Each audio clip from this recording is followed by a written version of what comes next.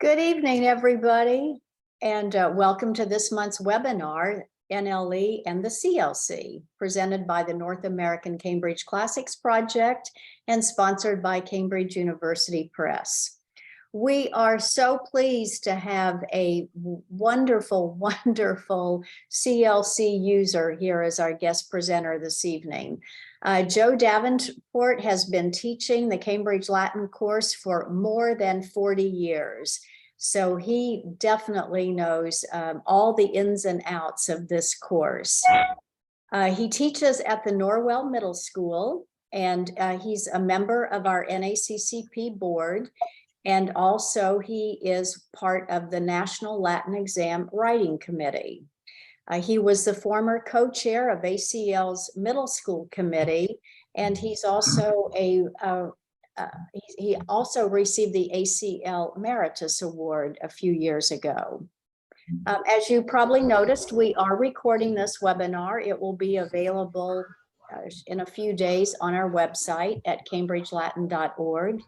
And if by chance you need a certificate, professional development certificate for this evening's presentation, if you will just email us at training@cambridgelatin.org, we'll get that certificate to you quickly. And we'll have that information at the very end of the presentation again. So on that note, I would like to welcome Mr. Joe Davenport. Joe, give me 1 second. I just need to fix one thing before we actually start you talking. Otherwise, we're going to be hearing those beeps the entire night. Okay. Have at it, Joe. All right. Thank you, and I'm glad to be here with you all. I'd like to dive right into it, starting with the fact that we have been renaming the exams because of the great variety of curricula and textbooks and pacing found in Latin classrooms across the country. It became clear to us that a neat cookie cutter format for choosing an exam was not working well for a number of people.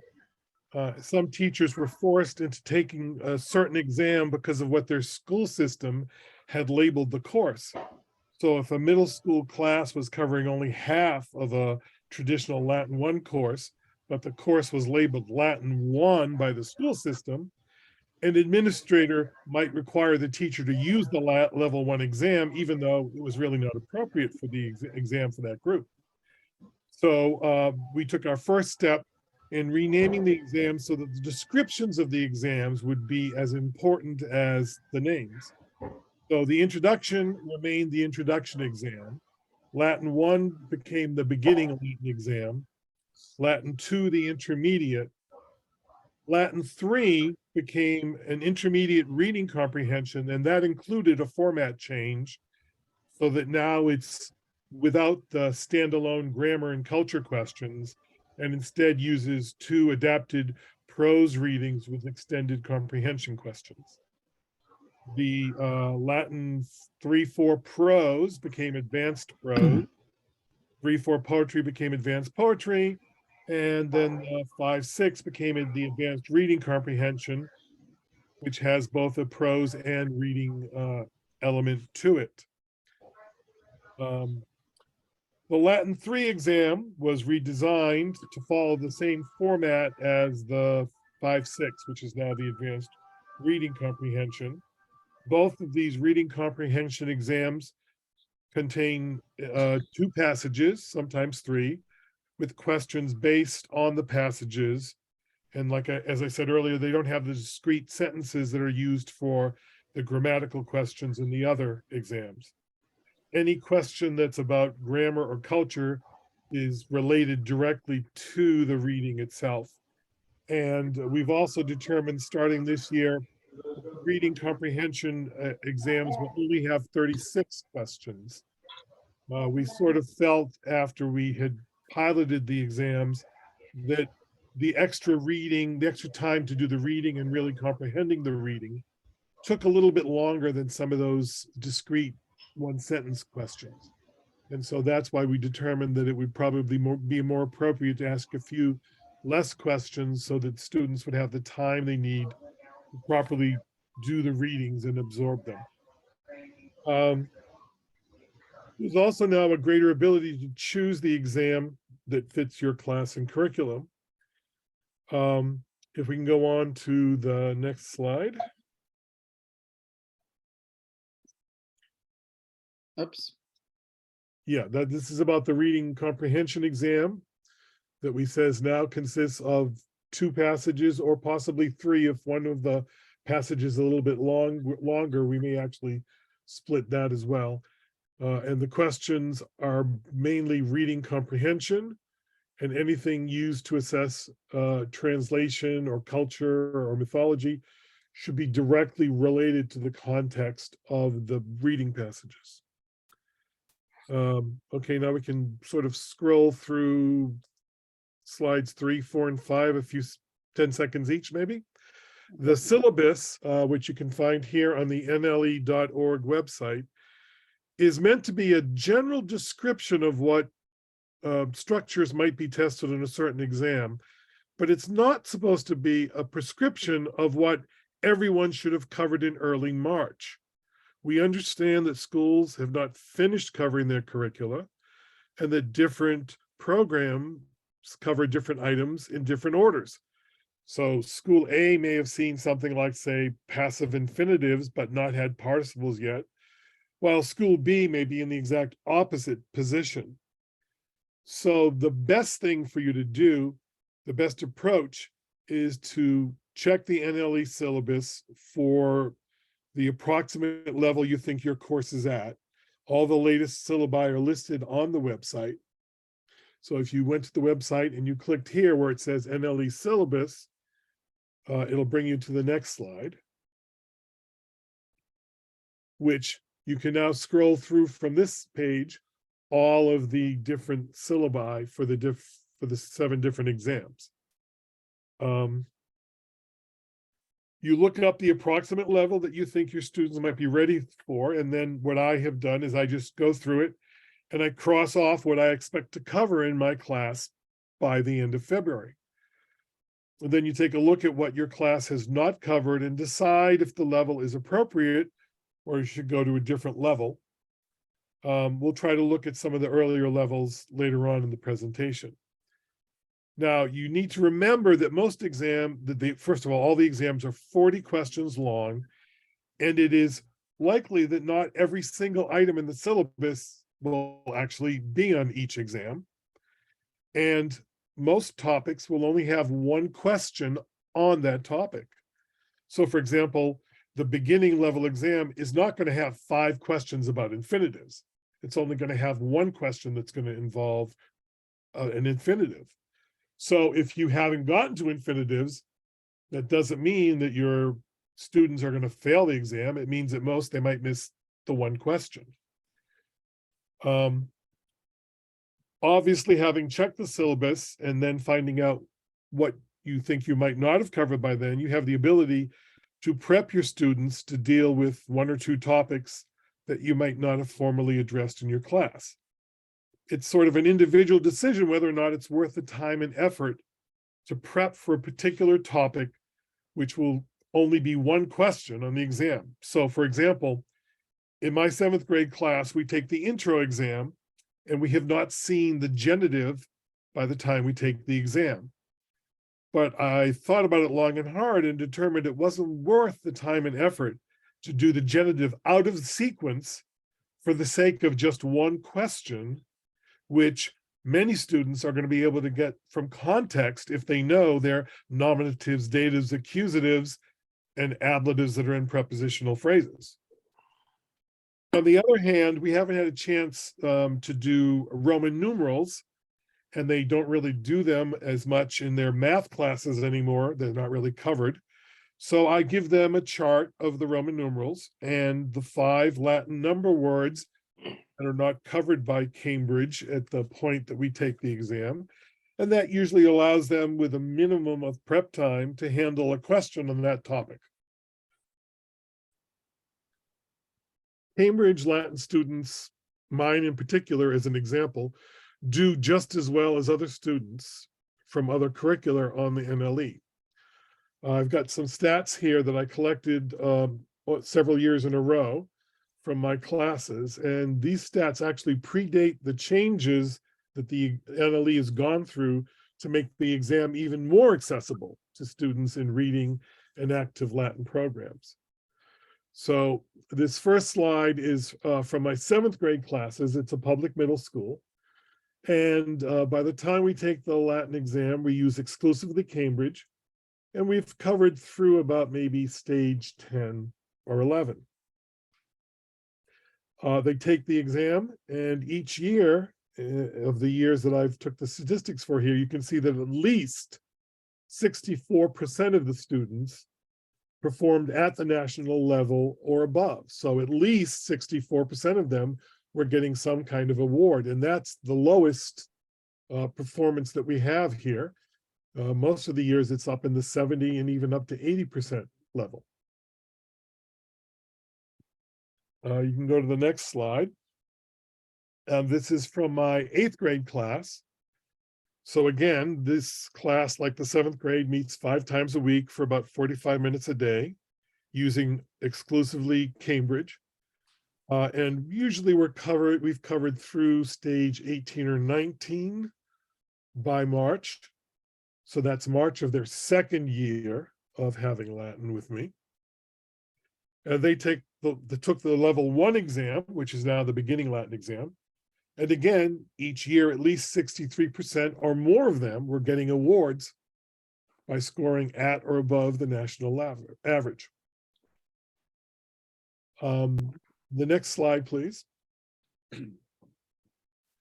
And then around 2015, we started to have 2 levels of Latin in the 8th grade because we saw some students needed a more deliberate pace, and then others just seemed to take naturally to things and were able to fly. So we sort of separated them into 2 levels, and this accelerated class was covering stage 28 by March of 2015. So they took the level 2 exam, which would now be the intermediate exam. And for them, 78% of them were scoring at or above the national average. So they were more than 3/4 of them were getting awards. So I think this shows that the students can do very well just using the Cambridge Latin course. We can go back to some of these examples later as time allows to take a look at maybe 1 or 2 other minimal adjustments that I might have made to prepare these students for the exam, like the example I mentioned earlier by giving them a simple little chart of Roman numerals and 5 additional numbers we hadn't covered. Pacing can also vary significantly among Latin programs. Some programs prefer to have their students practice a much wider breadth of reading for additional input at each level before they move on to the next level grammatically. So in addition to being able to choose the level of the exam that's most appropriate for your class, it's now possible to repeat a level of most exams for a 2nd year if warranted. So the introduction to Latin exam may still only be taken 1 time. The other 6 exams may all be taken twice. So if you determine your class will not master enough items on the next level exam due to the pacing of the curriculum you've set for your class, then the students can repeat the level of exam from the prior year. And in fact, the advanced reading comprehension exam can be taken multiple times for as many years as the student is taking Latin, including at the collegiate level. And we actually have, I believe at this point, a dozen or 2 colleges that do actually use the National Latin exam with their students. I think you can go on to this next slide, which is just sort of a colored version of the one we just had.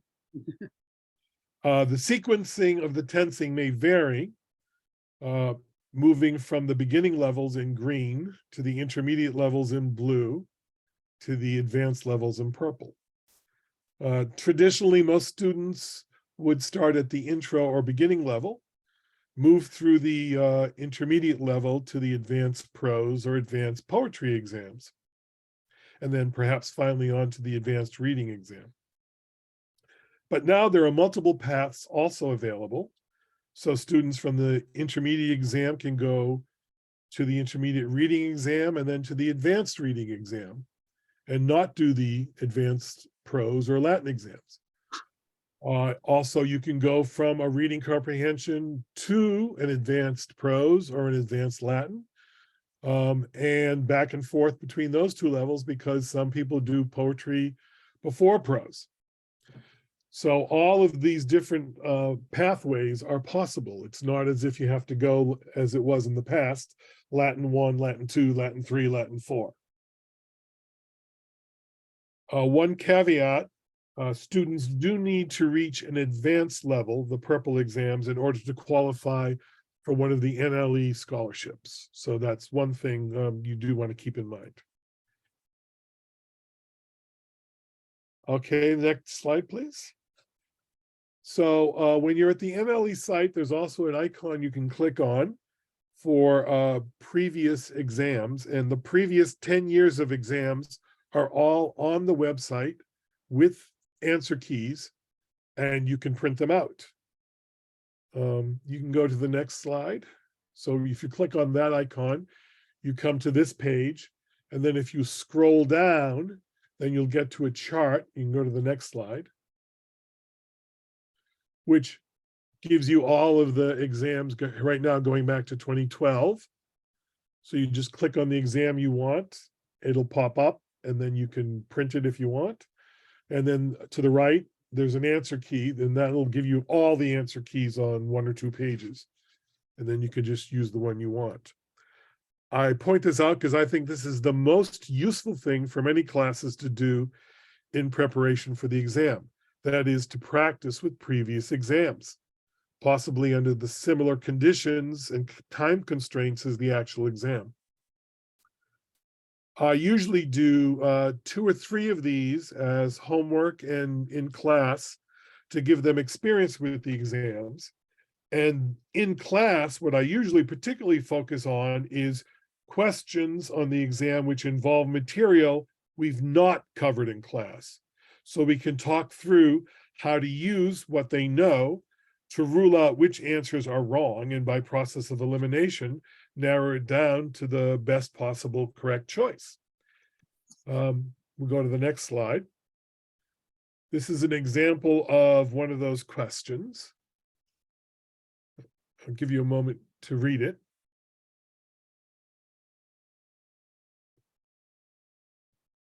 So if you look at question 19 from last year's exam, my students have not seen the infinitive. But right off the bat, they know that we're praising would require a BA, so that can't be the choice. Right. They know that timent from our readings means is afraid of or is fearing, and there's no conjunction, no et or QUE to join it with our praising, so that doesn't really make sense either. So that leaves them with A and D. And they know from the context, the men and women are afraid is the beginning of the sentence. So most students realize that A, to praise, fit into the sentence better, regardless of the fact that they had not covered or read infinitives before. So I find this a very useful technique to help a lot of the students so that they don't have to panic over things they haven't seen. And it's a good reading strategy to try and figure out, use what you know to not worry about what you don't know. Also on our website, the NLE website, there is a practice app. So if you click on this icon, it'll bring you to the next page. All right, where students can use this independently to practice for exams. It's programmed with questions and answers from, again, previous exams. So here, the students start off, they can choose the level of exam. They can choose introduction, beginning, intermediate, advanced prose, or advanced poetry. It's mainly the discrete sentence questions. The passage questions would be too difficult to put into this particular app, so it doesn't have those. They can also choose if you go to the next slide, the number of questions they want to answer. They want to do a 10-question quiz, 15-question, or 20-question. Finally, in the next slide, you can set the category of the questions they want. They can choose language, which would be translation and grammar questions. They can choose language in use, which would be those sort of questions about some oral Latin or mottos, derivatives, that sort of thing. They can choose culture and civilization. And they can also choose the default mix, which would give them a mix of questions from all three of the categories. If you go to the next slide, this is what one of the questions looks like when it pops up.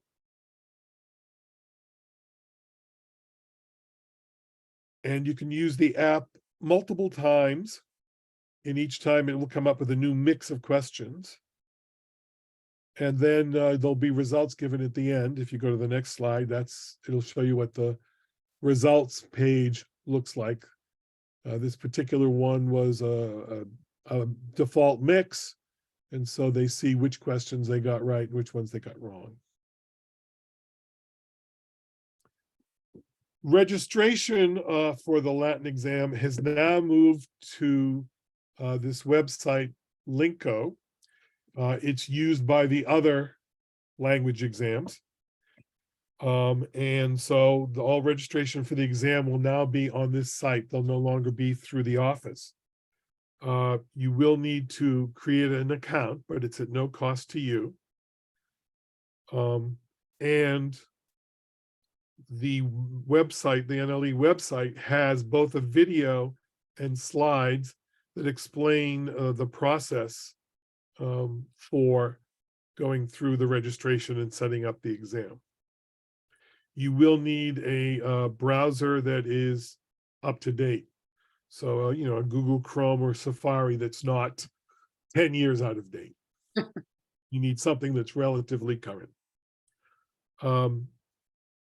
When you go to register this year, next slide, the deadlines are January 23rd for the paper exams.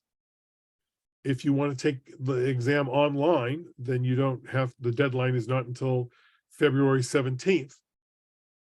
And the exam period this year starts early exams in February the 27th and runs through the end of the final exam period, which is March 17th. So you can really choose anywhere within that span. You will use Linko to register for both paper and online exams. Payment is still going to be sent to the NLE office. And when you put in your order for the exam, the Linko site will email you an invoice to accompany your payment. So you can use that invoice if your school is one of those schools that needs to create a purchase order and print a check in order to do that payment. That's genius. Also, when you're paying at the NLE office, you can pay online by credit card, as well as the old-fashioned way of sending a check or money order. Also, next slide.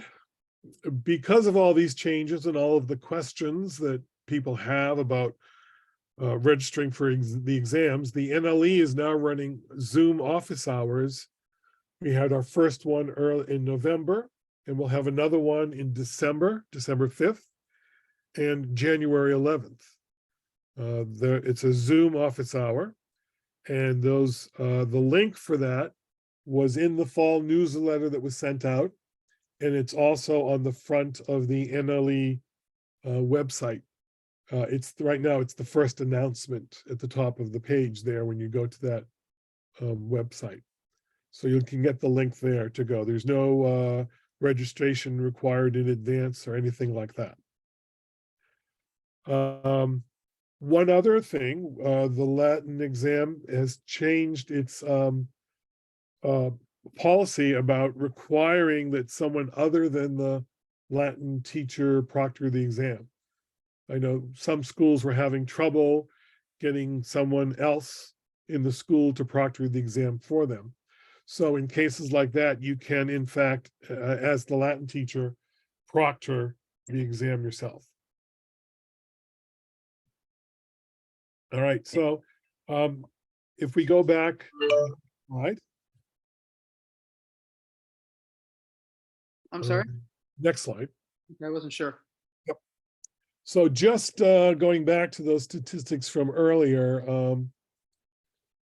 so the students that I had taking in the 7th grade, the intro exam, having covered through stage 10 at least, you want to get at least well past stage 9 so that they're kind of solid on their datives. Okay, once that's good, then I think they're probably fine to take the intro level exam. The only additional thing I said earlier for this was I did the little charts and homework assignment on the Roman numerals. It's just 1 through 10 in the intro exam. And then the 5, because by stage 11, we had 5 or 6 of the number words between 1 and 10. So I just gave them the additional ones. So, it took maybe 15 or 20 minutes to get them to learn that. And that takes care of that question, which typically shows up in one form or another on the intro. Can I just add one thing? And a lot of people in stage 5 use that as a chance to count numbers. So it's a kind of natural place to teach 1 through 10, even if it's not officially taught.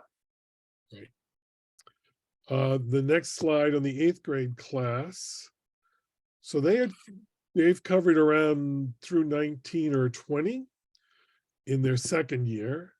They took that beginning level exam. And as I said before, I always use the old national Latin exams to practice their test taking skills. And then in addition to that, there's usually a question about the gods. So we hadn't done much on mythology at this point. So I gave them a chart of the 12 Olympian gods, and we spent maybe a day and a half talking about them and their names, their realm of influence and their symbols. And then also a chart of some of the US state mottos. I believe I even had them do a poster assignment on that. It's an interesting thing for them to see the Latin in use still. And there's often a question about these topics as well on the beginning level exam. I've never bothered to give them the Olympian gods in the 7th grade just because I didn't have the time. But that also typically has a question on the intro exam. So that would be a good topic as well to spend half a day at least with them prior to taking the exam. And then the other slide. Would you be willing to share your charts? Sure, I could do that. I don't even know that they're mine. Some of them I may have stolen from an old Latin for Americans book or something like that. But yeah. All right, and then this was the accelerated class where we had done through stage 28 by the exam. And here I also had given them some information, some charts, maybe spent a day or two talking about the 3 periods of Roman history. And then learning the rulers, starting with Julius Caesar through the first 12 emperors. Seeing their names in order and the approximate time periods, their relationships to one another. We talk about the manner of death. They're surprised by how few of them in the beginning died a natural death. And some of the major accomplishments during their rule. So I think that's it for my formal presentation here. I think, how are we doing on time? Oh, we're great on time. So do we take questions or? Absolutely. If anybody has a question. How do your kids feel about the exam? I'm going to ask you straight out. They're usually fine about it because they've seen the exam in advance, right? They saw what last year's exam was, what the year before was. So they certainly have a good sense of what they're in for. And it's pretty rare that I have them take the whole time to take the exam. Okay. They're usually finishing early. And, you know, there's always a little apprehension going into it, but afterwards, they're always like, that was nowhere near as hard as I thought it was going to be. So I guess that's a good thing. Yeah, I had the exact same experience. I think just by letting the kids see 2 or 3 previous year's exams just makes all the difference in the world. It takes away that anxiety. By the time the day comes for them to take the exam, they know exactly what it's going to look like. They know how many questions it's going to be. You know, they understand the format. And my kids did really, really well on this exam. It was just non-threatening. And I make it clear to them that I don't expect them to know everything. And if you miss a question, that's fine. Right. Because you still could wind up getting a gold medal missing 1, 2, 3 questions. I also thought it was really important to do what you showed with that one question, was to teach them how to reason out what an answer would be, not just for Latin exams, for any exam that they take. You know, they're so used to getting stressed out about whether they have memorized the answer, to show them that you don't always have to know the answer to figure it out, or at least increase your odds. Mhm. Right. And that's where I spend the time when we go over those old exams. I, give them the answers, but we don't spend a lot of time discussing the ones that were easy and they got. We spend the time talking about, all right, this one you never had before. What do you do step by step? And those are the ones that I focus on in class. And I think that certainly gives them a much better comfort level by the time the exam rolls around as well. Mhm. And to their benefit when they get to high school and Right. on. Do we- Go ahead. I was going to say, do we have any questions from the rest of the crowd? Brian Baker had posted, I have presentations of all the state mottos that are set to cycle. Students complete them as their statum agite each day. So that's one way to build that in. Mhm. Yep. And then actually in my the class that was not the advanced level class, we did the mottos, and at one point I said, all right, I'd like you to each take one and memorize it and see if you could recite it for the class, recite it. And then I gave them the option of reciting it to me individually or for the whole class in Latin and in English. And I was amazed by how many of them were really proud of the fact that they'd done a good job learning it and they wanted to do it for the whole class. And it's on every so often on Jeopardy. It's very important to know them eventually. Joe, are the list of mottos on the NLE, or is that something that people have to find on their own? No, that's just something you could just Google state mottos. Yeah. I'm figuring that, yeah. There's somebody. They may not be talking to us. Any other questions? Je kent de turbo waarin de kelder zit. Even poetsen. I can't hear you. I'm sorry. You're breaking up. We're not getting what you're saying. Ja. In plaats van elke avond op tv zitten te kijken wat moet je doen. Dus Chrisje die wil een nachtkastje hebben. En die wil een stand hebben voor de Japanse smaak. Ja. I think that may be another conversation. The question, does the school pay for its students at once, or do individuals pay? No, individuals cannot pay themselves. Yeah, and the way it works in my school system is I gotta find her. Hold on a second. Let me see if I can mute whoever's. Yeah, I can't tell who's speaking. Tricia, she came in and okay, see now. Go ahead, Joe, please. so in my school system at the middle school, I have a principal who was extremely supportive, and he said, don't worry about it, I'll find the money. And so my school has always paid for my students to take the exam. At the high school level, the principal didn't want to do that. So the high school teacher, I guess, collects the money from all the students and then pays collectively for the exams. That's what I had to do for many years until things changed in our administration.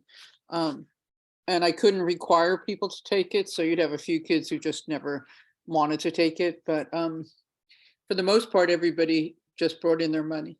Or we'd have a fundraiser, you know, sell something after school to see if we could defray the cost.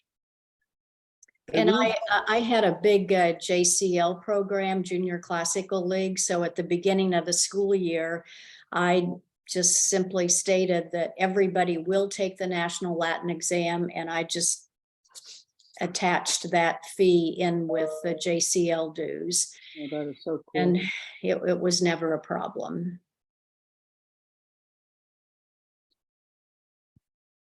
we were talking mainly about changes. One rule that hasn't changed is they do still require that everyone takes the same level of the exam at the same time. So all your Latin 2 classes would have to take the beginning or intermediate exam at the same time. But you could maybe have your advanced students take their advanced exam at a different time. But everyone taking the same kind of exam, same level of exam needs to, in the school, all need to take it at the same time.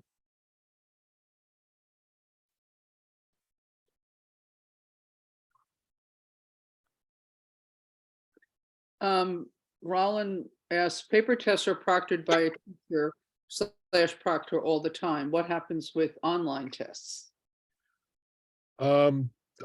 Typically, well, in my school, we have a 1-to-1 with iPads. So if we were to do it online, they would all go together to the same room and they would all do it on their iPads. Some schools bring their students to a computer lab to do it all together, like they would maybe the AP test. Or something like that. During COVID, they did arrange, I think, for people to take it individually at home, but I don't know if that's still possible. That might have been something special that they put together for COVID. Is the online one timed? Yes. So you get the same kind of 40 minutes or whatever?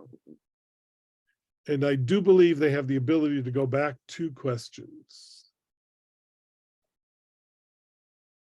Okay. So he says, okay, so expectation is online, on-site testing online at same time. That makes sense. Mhm. Yeah.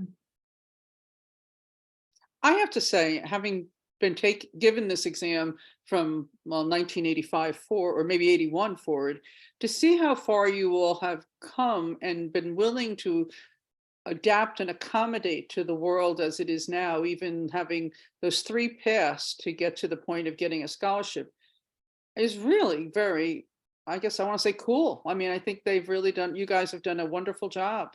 Mhm. We certainly are trying, and we're always discussing. We're trying to be as dynamic as possible. There's a lot of voices out there now, and we're trying to answer as many as we can in the best way that we can. Sometimes it may take, it took a few years before we got the reading comprehension exams. Sure.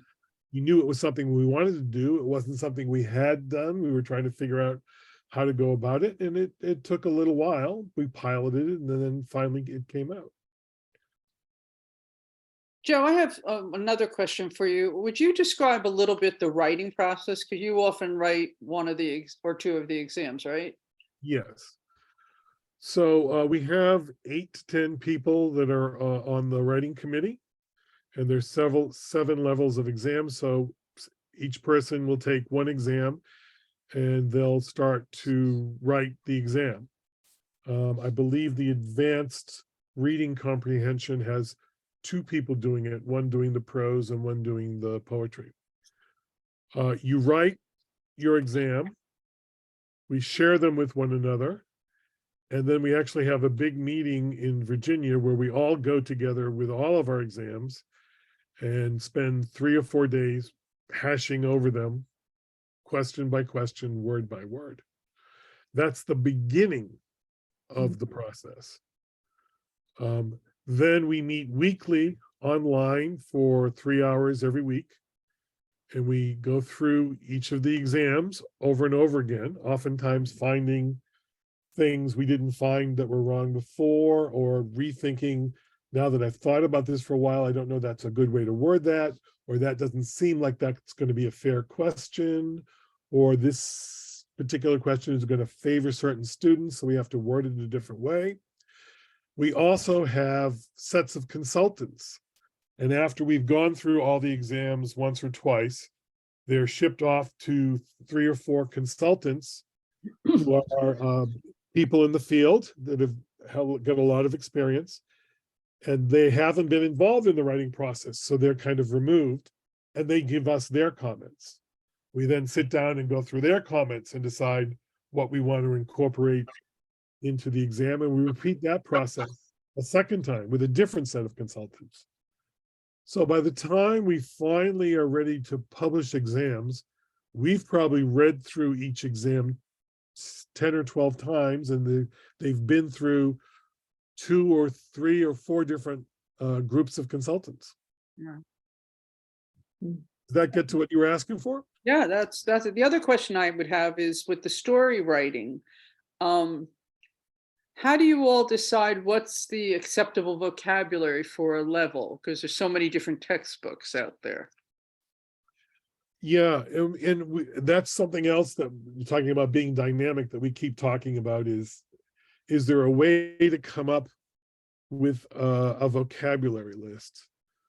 The problem is, as soon as we come up with a vocabulary list, everyone's going to take that as a prescription, and that's got to be the words that we teach, and we don't want it to be that way. But from your point of view, when you're writing, do you sort of have one in the back of your head, is I guess what I'm asking. I do, especially because I tend to specialize in the earlier level exams. And so that's where it's most restrictive. So I have a very limited amount of vocabulary that I can use. The people in the exam are from different parts of the country, all different time zones. So that makes meeting time interesting. And from a variety of different textbooks and curricula. So I know a lot of the Cambridge stuff. So if someone is writing in their exam and they're like, oh, I know my kids know this word, but it's sort of an ecce word. Do you think Cambridge kids would know this word?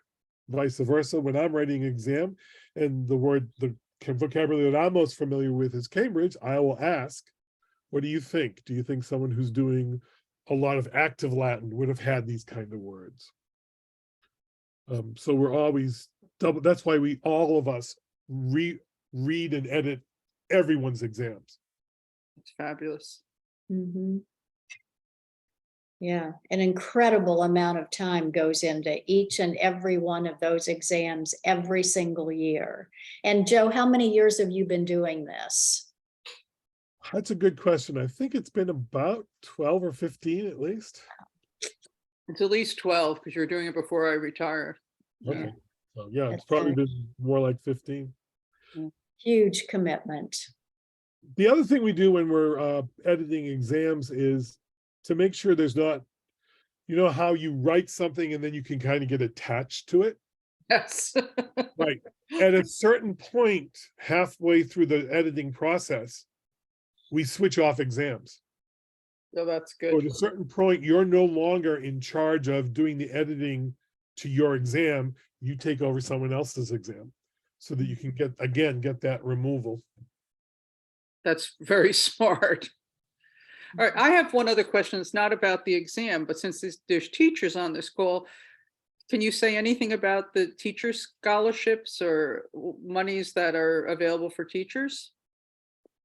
Well, let's see. I didn't prepare anything on that. I know. I'm sorry if you don't want to. Well, the one that we're proudest of is the scholarships we're now giving to students who are applying to become Latin teachers. And it does not require that you have ever seen or heard of the NLE before. That's wonderful. If you're going to go to college and you're interested in studying classics to become a Latin teacher, you can qualify for these scholarships. We also have scholarships that are for teachers that want to travel. We are also offering some scholarships for Title I schools to take the exam, schools that don't have necessarily the resources for their students to take the exam, but they do have a Latin program. And I think this year we have 10 or 12 schools that are going to be receiving either whole or partial scholarships so that their students will be able to take the exam for the first time. Wow. And is the cost of the exam still $4 per student? No, I believe it's up to $5 or $6 by now. 6 now, okay. Hmm. And if they want to see about all those different scholarships, obviously they can go to the website. Mhm. Yeah, there's an entire page there for scholarships. Okay. Does anybody else have a question or a comment? Oh, I know of one other one. What about homeschooling? Like collectives? Is there any special thing they have to do? Well, it's more expensive. The shipping is more expensive because when we send out the exams, they will deliver to like a school at a different rate than they will deliver to a home. Oh, that's interesting. That's just the price structure of UPS and FedEx. I think some home schools in the past maybe registered and had the exam sent to their public library for them, Clever. so they could get that corporate shipping rate. But they can take it as they can apply as a homeschool to give the exam. I think some homeschools actually get together and they'll have like 5 or 6 that might be doing Latin, and they all get together and give the exam to their kids at the same time. You guys have thought about it. They can certainly apply and take the exam. There's a slight additional cost, particularly because of the shipping.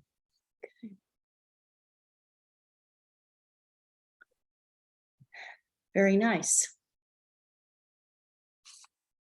We do have a comment just popped up. Oh, Roland says, no more questions from me. Thank you all. Uh,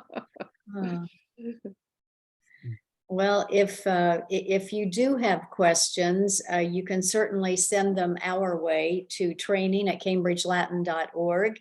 And either Jenny and I will be able to answer you, or if we can't, we will send the questions on to Joe and get an answer to you very quickly. And then once again, if you do need a certificate, that same email is training@cambridgelatin.org.